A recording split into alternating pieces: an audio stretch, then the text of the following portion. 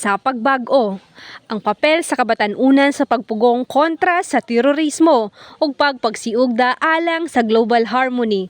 Mao kani ang tema nga naghagit sa mga pamatan-on sa lungsod sa Valencia, isip katalista sa kalinaw ug kalambuan. Malampuson nga nauman sa usa ka gatos nga mga kabatan-unan ug sangguniang kabataan officials ang pagpartisipar sa Second Valencia Youth Leadership Summit 2024 nga giorganisa sa Youth for Peace Valencia of Youth for Peace Negros Oriental Chapter. Ang mga kalihukan sa tibuok tulo ka adlaw nga summit gilangkuban sa mga lectures, team building activities ug spiritual enlightenment. Dakong pasalamat naman gikan sa pamunuan sa Valencia ngadto sa mga kasundaluhan ug mga ahensya sa gobyerno sa ilang walay katakos nga pagsuporta sa mga aktibidades sa mga pamatan-on hilabi na nga adunay kalampigitan sa kalinaw ug kalambuan.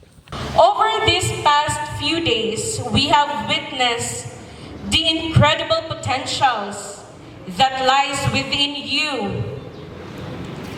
Your passion, your creativity, and commitment to fostering a world free from shadows of terrorism and with harmony. Youth for Peace Negros Oriental, solo kabataang Pilipino. Gikan diri sa Valencia Central Elementary School, Valencia Negros Oriental.